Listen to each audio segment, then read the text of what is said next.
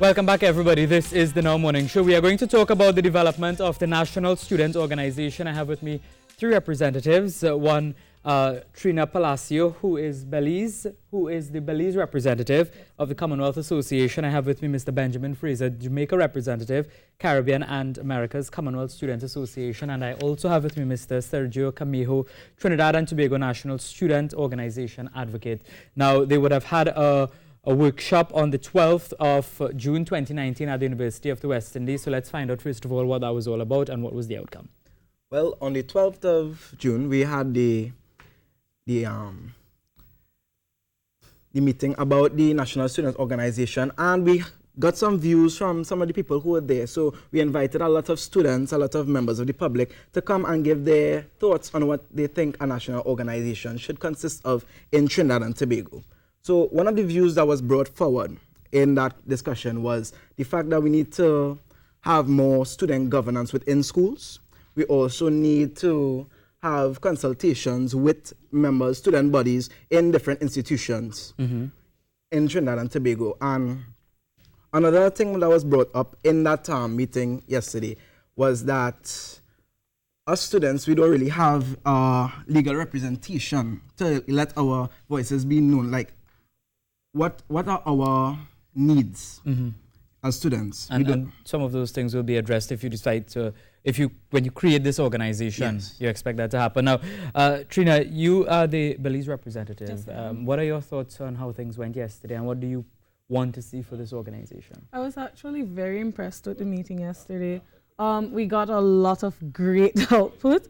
Like I said, we got to see people's inputs and see what they thought about the student organization and how to organize it itself in Trinidad and Tobago. As you know, you come from a very, very complex, multiracial, multi-ethnic, diverse economy. So we got to see people talking about what they thought. They said how they thought it should be structured within the context of Trinidad. So I think it went very well. And Jamaica? What are your thoughts on how things went? I wasn't there actually because I came in late. However, I have been working on the sidelines with key stakeholders in Trinidad and Tobago who are very keen on seeing to it that a national student organization is established, one that is diverse and inclusive, that will represent the interests of all students. We have certain key stakeholders who are very interested in seeing it happen within a certain timeline, and we are working as the Commonwealth Students Association to provide support to the student leaders here who are mobilizing. What is the time frame? How is that looking? We're looking towards, for the first phase of operations, to identify a council of student leaders by August. Okay. Yes. That's just now. How is the planning going for that, sir? Well, the planning is doing very well. I mean, we had 2 meetings already for the year, one with the CSA and the other one, which was on the 12th. And we have come to a consensus where we want to invite the leaders of many student bodies, so the guild councils of many universities, some being Cipriani, University of the West Indies, you know, to get all these heads together and come up with a plan to now implement this national student organization. But there are so many student organizations in Trinidad and Tobago. You hear about them all the time. What is going to make this one so different from where you sit as a representative from Belize? So what will basically make this one so different is that we want to encompass every voice. So what most student organizations that already exist do is they focus or they target on a certain population of students. We want to deal with everybody.